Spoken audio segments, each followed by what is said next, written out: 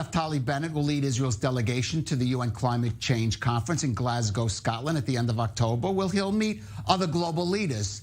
He's also sure to encounter their activists from Extinction Rebellion, a global environmental movement that's made headlines with its use of nonviolent civil disobedience aimed at compelling government action to address such issues as climate change and damage to biodiversity. However, its road-blocking tactics have aroused controversy in the UK and elsewhere, and now in Israel as well. Extinction Rebellion activists blocked the entrance to the Europe-Asia Pipeline Company complex in Ashkelon this morning, causing some traffic jams.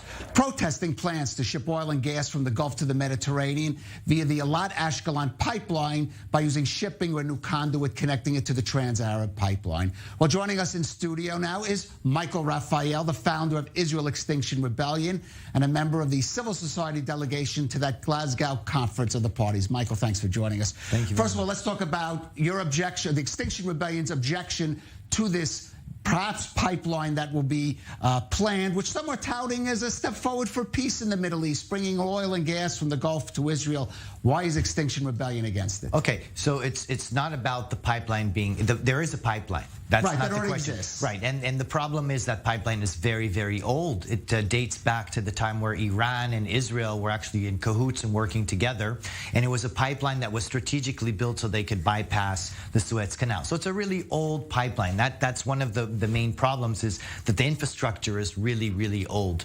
Even according to American standards, which they give up to 80% of the pipe could be eaten up and still be considered okay. And that's where we're at. So the pipeline's very old. Now, until now, we had no objections to it because it was there. It was something that was already built. It was strategic, whatever it is. And now that it came part of the whole peace deal, it's not really part of the peace deal, but some private companies, and Qatar in particular, actually created this idea that the Emirates could transport about 100 to 150 tankers of oil to Eilat, then pump that oil to Ashkelon, contain it there, and have boats coming from Europe to take it into Europe.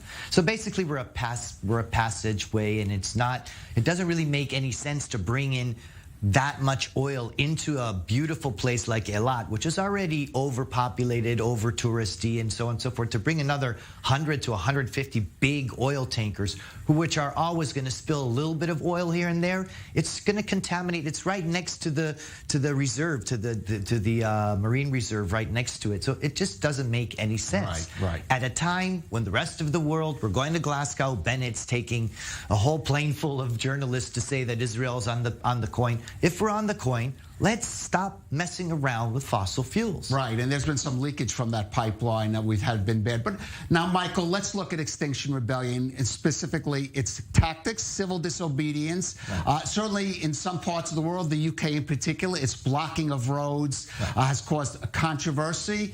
We do have some photos of you at this, and the activists of this group that did block the entrance, as I said, there to the company in Ashkelon, causing some traffic backup.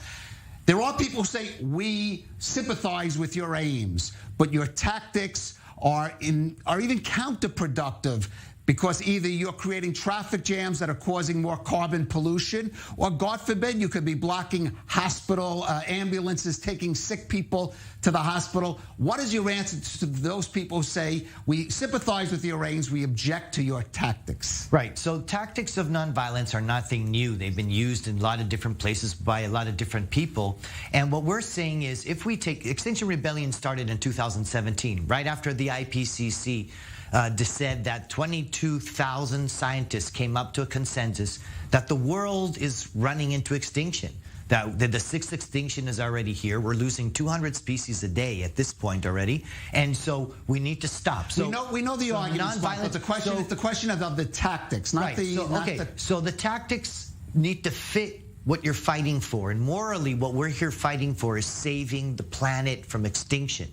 So the tactics need to fit the intensity of the argument they're going to. When Martin Luther King used civil disobedience, he used it because his rights were being taken away. We're talking about taking the rights of all living organisms on the planet.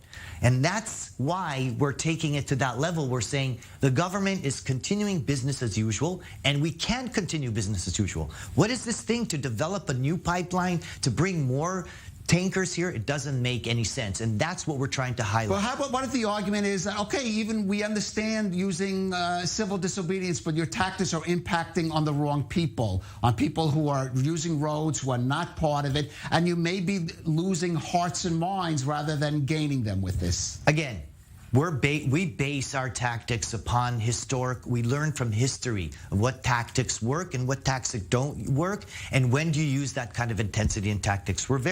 Extinction Rebellion follows science, and we also follow social science.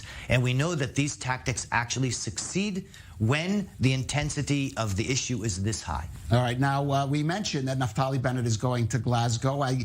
As we said in the credits, it sounds like you're heading that way. What can Prime Minister Bennett expect from you and other Extinction Rebellion activists there from Israel and, of course, from all over the world, I imagine? Well, I had a meeting in the morning with right after the action that we had, where 7 of our activists were arrested. I had a meeting with the Ministry of Environment and talked about what's going to happen in Glasgow and how we're going to work together to improve Israel's status and also to improve what Israel's going to do, because we're still not there. Israel's still at 85% elimination of carbon by 2050.